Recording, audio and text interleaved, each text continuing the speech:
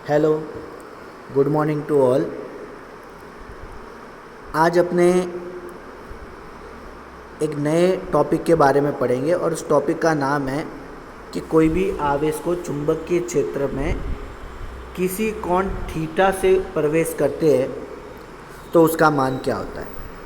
इसके पहले अपने ने पढ़ा था कि कोई भी आवेश को चुंबकीय क्षेत्र के लंबवत प्रवेश करते हैं तो क्या होता है।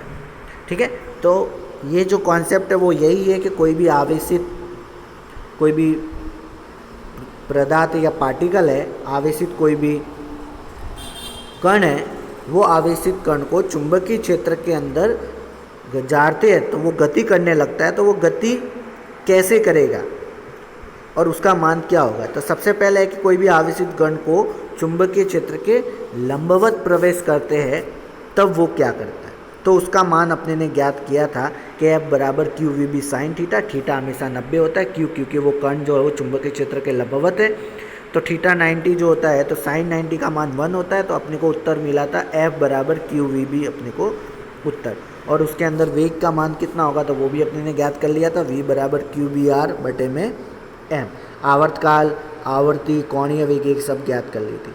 अब है कि आवेशित कण को चुंबकीय क्षेत्र में थीटा कोण से प्रवेश करे तो क्या होगा। तो यहाँ पे ये कण क्यू कण है, इसका आवेश क्यू है। अब ये थीटा से गति कर रहा था, तो यहाँ पे थीटा लिखा। अब मैंने तुमको बताया था 11वीं क्लास के अंदर कि ये जैसे मान एक्स और वाई एक्सिस है। अब मान लो कि ये कण क्यू कण यहाँ पे है। अब ये क्यू कण जो है, जैसे मान लो कि इस दिशा में जा रहा है तो ये कौन सा कोण बना रहा है, थीटा कोण। तो ये थीटा एक्स के सापेक्ष बनेगा। तो यहाँ पे ये दिशा जो है वो क्या बता रहा है, वेग की दिशा। तो नीचे वाला क्या हो जाएगा, वी कॉस थीटा हो जाएगा, क्योंकि एक्स के सापेक्ष कोण बना रहा है तो वी कॉस थीटा, और यहाँ पे हो जाएगा वी साइन थीटा। अब ये जो कण है वो मान लो ऐसे गति कर रहा है, ऐसे। ठीक है, तो यहाँ पे यही समझना है कि कोई भी आवेश जो है वो थीटा, जो क्यू आवेश है वो चुंबकीय क्षेत्र बी में थीटा कोण से वेग से गति कर रहा है। तो उसके दो घटक हो गए, वी कॉस थीटा जो अपने हॉरिजॉन्टल अक्ष के सापेक्ष होगा, और वी साइन थीटा जो है उसके लंबवत कोण बनाएगा। तो यहाँ पे दो घटक देखने को मिलेंगे, और इन दो घटक की वजह से इसकी जो गति होती है वो हैरिकल शेप में होती है। इसको अपने हैरिकल बोलते हैं। ये जो होता है स्प्रिंग जैसा, इसको हैरिकल बोलते हैं। तो ये हैरिकल होगा तो उसका मान क्या होगा, बल का मान, वो अपने ज्ञात करेंगे। तो ये वृत्ताकार गति करेगा तो उसके बल का मान जो होगा वो अपने ने अभी पढ़ा, F बराबर क्यू वी बी। अब यहाँ पे V के नीचे ऐसा लिखा है, ये इसका मतलब होता है कि लंबवत है। मतलब देखो यहाँ पे इसके ऊपर वाला कॉन्सेप्ट देखो, तो यहाँ पे वी साइन थीटा जो है वो उस चुंबकीय क्षेत्र के लंबवत लग रहा है। तो वी साइन थीटा लंबवत है, तो वी ऐसा सिंबल है, और वी कॉस थीटा उसके पैरेलल लग रहा है चुंबकीय क्षेत्र। तो यहाँ पे वी कॉस थीटा, इसको पैरेलल मतलब समांतर, इस तरह से साइन। तो यहाँ पे ये वाला पार्ट अपने लेंगे, क्यों, क्योंकि इसके पहले अपने ने पढ़ा था कि चुंबकीय क्षेत्र के लंबवत जब कोई भी कण गति करता है तो उसके अंदर बल F बराबर क्यू वी बी उत्पन्न होता है। तो यहाँ पे जो V होगा वो V लंबवत लेंगे, इसीलिए यहाँ पे आ जाएगा F बराबर क्यू वी, नीचे लंबवत का साइन B आ जाएगा, बराबर। अब ये वृत्ताकार गति कर रहा है, तो वृत्ताकार गति कर रहा है तो उसका बल क्या होगा, mv स्क्वायर बाय आर। तो यहाँ पे भी लंबवत लेंगे, तो यहाँ पे एक v कैंसिल, और v1 आ जाएगा क्यू बी आर बटे में n। क्यू बी आर बटे में n, ये पहले भी अपने ने ज्ञात कर लिया है, वही ज्ञात किया है, वही है क्यू बी आर बटे में m। ठीक है, तो अब इसके अलग अलग मान ज्ञात कर लेते हैं। सबसे पहले ज्ञात करते हैं आवर्तकाल। तो आवर्तकाल पता है परिधि बटे में वेग, परिधि जो है वो 2πr हो जाएगी, और वेग हो जाएगा, ये ज्ञात किया है, क्यू बी आर बटे में m। तो m ऊपर चला जाएगा, कट दिया, तो t बराबर मिला 2πm बटे में क्यू बी। इसी तरह आवर्ती अपने को पता है 1 बटे में t होती है, तो इसका सूत्र ये मिला। कोणीय वेग अपने को पता है, तो ये मिला। तो ये तीनों आवर्ती कोणीय वेग और आवर्तकाल, ये सब बातें जो है वो लास्ट लेक्चर में अपने ने कर चुके हैं, वो की वही बातें हैं, ठीक है। अब अपने पढ़ते हैं पिंच। पिच क्या होता है? पिच का मतलब ये है कि कोई भी आवेश वृत्ताकार पथ पे जब चक्कर लगाता है तो उसकी तय की गई रेखीय दूरी को पिंच कहते हैं, ठीक है। तो आवेश द्वारा एक वृत्ताकार चक्कर में तय की गई रेखीय दूरी, जैसे मान लो कि ये वृत्ताकार पथ पर ऐसे गति कर रहा है, ऐसे वृत्ताकार चक्कर कर रहा है, ऐसे राउंड कर रहा है, तो एक छोटा सा टुकड़ा लो जैसे कि ये वाला, तो ये रेखीय गति हुई, ठीक है। तो इसका मान क्या होगा ये अपने को बताना है, ठीक है। तो पिंच बराबर होता है वेग का समांतर घटक गुणा में आवर्तकाल। तो वेग का समांतर घटक तो पता ही है, वी कॉस थीटा होता है, into T. V cos theta ऐसा कैसा, टी का मान अपने रख देंगे, ऊपर का 2πm बटे में क्यू बी, ठीक है। तो ये जो मान मिलेगा वो पिंच का मान अपने को देखने को मिलेगा। तो इस तरह से अपने पिंच का मान अपने ज्ञात कर सकते हैं, ठीक है। फिर इसके बाद में साइक्लोन वाला टॉपिक तुमको खुद को पढ़ना है। एक थ्योरी है कि साइक्लोन किस तरह से काम करता है, तो ये तुमको देख लेना है यूट्यूब के ऊपर, बहुत सारे टॉपिक तुमको मिल जाएंगे, प्रैक्टिकली तुमको समझ में आ जाएगा कि साइक्लोन क्या होता है और उसके आवर्तकाल, कोणीय वेग, ये तो सूत्र तुमको पता ही है, उसमें वैल्यू रख दोगे तो तुमको समझ में आ जाएगा। अब इसके बाद में जो मैं चलाने जा रहा हूँ वो है बायो सावर्ट का नियम। बहुत ही इम्पोर्टेंट रूल है ये बायो सावर्ट का नियम। तो बहुत बार एग्ज़ाम में पूछते हैं कि बायो सावर्ट का नियम किसके लिए उपयोग में लिया जाता है, ठीक है। तो बायो सावर्ट जो है वो एक तरह का नियम है और ये नियम जो है वैज्ञानिक बायो सावर्ट ने दिया था, इसलिए इसके नाम पे उसका नाम पड़ा है बायो सावर्ट का नियम। अब बायो सावर्ट नियम जो है वो क्या बताता है? बायो सावर्ट नियम बताता है कि चुंबकीय क्षेत्र जो है, चुंबकीय क्षेत्र का मान कौन कौन सी भौतिक राशियों पर निर्भर करता है, मतलब कौन कौन सी भौतिक राशि को बढ़ाए तो चुंबकीय क्षेत्र का मान बढ़ सकता है, ठीक है।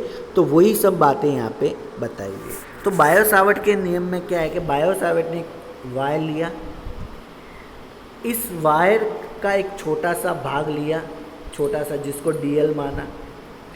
अब डीएल, इस छोटे से भाग में जब मैं करंट आई प्रवाहित करूँगा तो एक छोटे से भाग जो है डीएल, इसके अंदर धारा प्रवाहित होगी तो उसके चारों तरफ एक चुंबकीय क्षेत्र उत्पन्न होगा। तो उसके चारों तरफ चुंबकीय क्षेत्र, जैसे मान लो ये बिंदु P है, तो इस P बिंदु पर चुंबकीय क्षेत्र का मान क्या होगा वो अपने को ज्ञात करना है।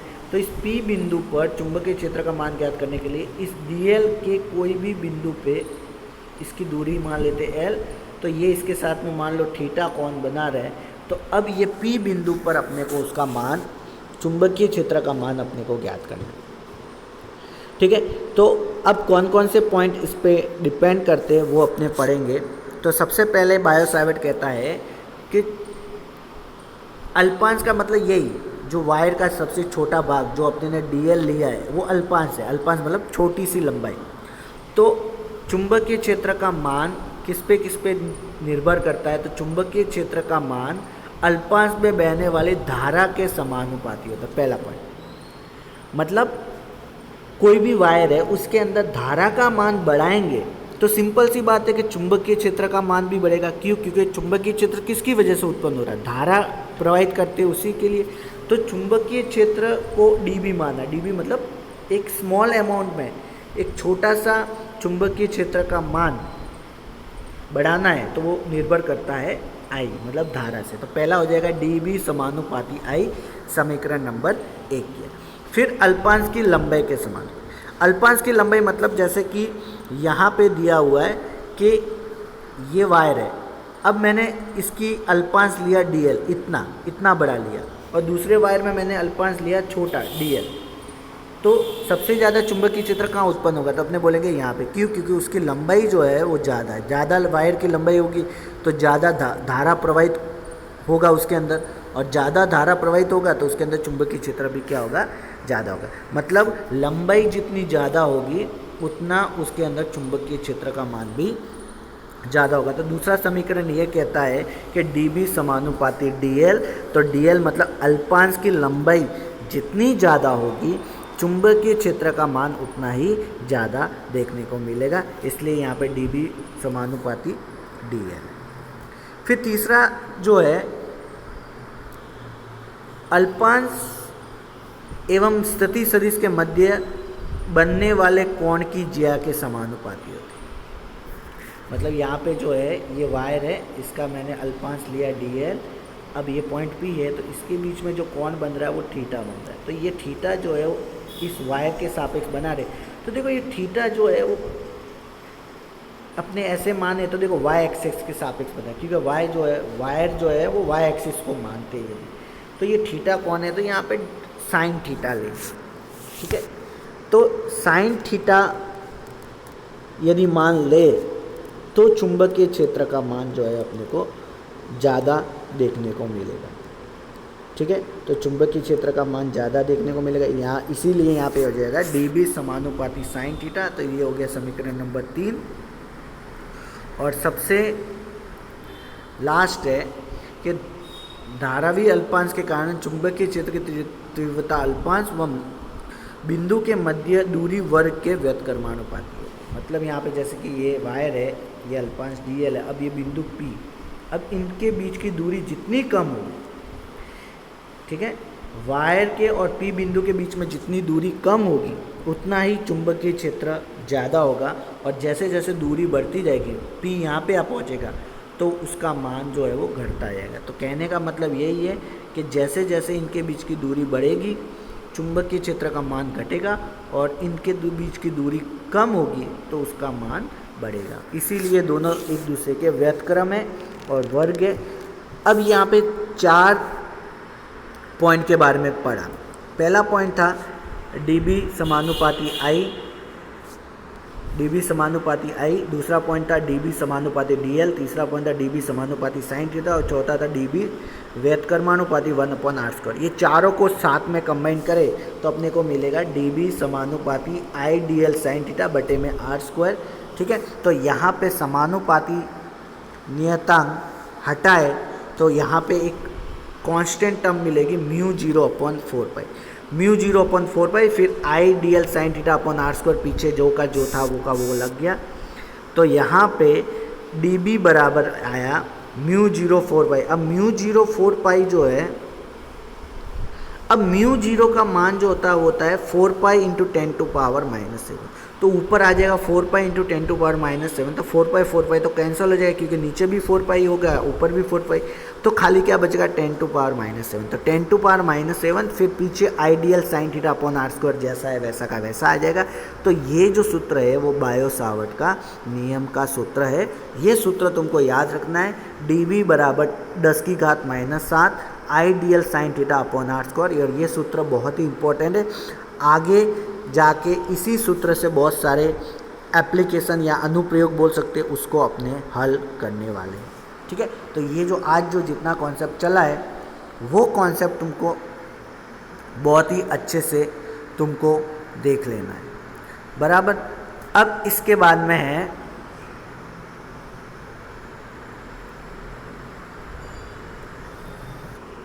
इसके बाद में अपने पढ़ेंगे बायो-सावर्ट नियम के अनुप्रयोग, ठीक है। तो बायो-सावर्ट नियम के अनुप्रयोग जो होते हैं वो वेरी इंपॉर्टेंट है, एग्ज़ाम में हमेशा एक आधा अनुप्रयोग हमेशा पूछते हैं। तो पहला अनुप्रयोग ये है कि वृत्ताकार धारावी कुंडली के केंद्र पर चुंबकीय क्षेत्र का मान ज्ञात करें। तो वृत्ताकार धारावी कुंडली के केंद्र में चुंबकीय क्षेत्र का मान कैसे ज्ञात करेंगे, तो देखो इसको ध्यान से समझो। मान लो कि अपने ने वायर लिया, इस वायर को मैंने क्या किया, गोलाकार आकार में उसको मैंने क्या किया, मोड़ दिया, ठीक है। जैसे मान लो मैंने वायर ऐसा लिया और इसको गोलाकार आकार ऐसा आकार करके मैंने उसको मोड़ दिया। अब इसके अंदर धारा जो है वो मैं आई प्रवाहित कर रहा हूँ, तो ये धारा जो है वो इसमें प्रवाहित होगी। तो उसमें धारा आई प्रवाहित होने पर उसके मध्य बिंदु में चुंबकीय क्षेत्र उत्पन्न होगा, केंद्र में, यहाँ पे लिखा है केंद्र पर चुंबकीय क्षेत्र। तो मध्य बिंदु केंद्र में चुंबकीय क्षेत्र का मान क्या होगा वो अपने को ज्ञात करना है, बराबर। तो यहाँ पे जब धारा प्रवाहित होगी तो उसकी दिशा जो है वो अपने इसके साथ में टेंजेंट बनाए तो ये इस साइड जाएगी, बराबर। ये स्मॉल पार्ट ले लिया अपने ने dl, तो उसकी जो दिशा है वो अंदर की तरफ बन रही है, बराबर। तो यहाँ पे इस कुंडली में धारा I प्रवाहित कर रहे हैं, तो उसके केंद्र में चुंबकीय क्षेत्र का मान ज्ञात करना है, तो बायो सावर्ट के नियम से अपने उसको ज्ञात करना है, ठीक है। तो यहाँ पे ये अपने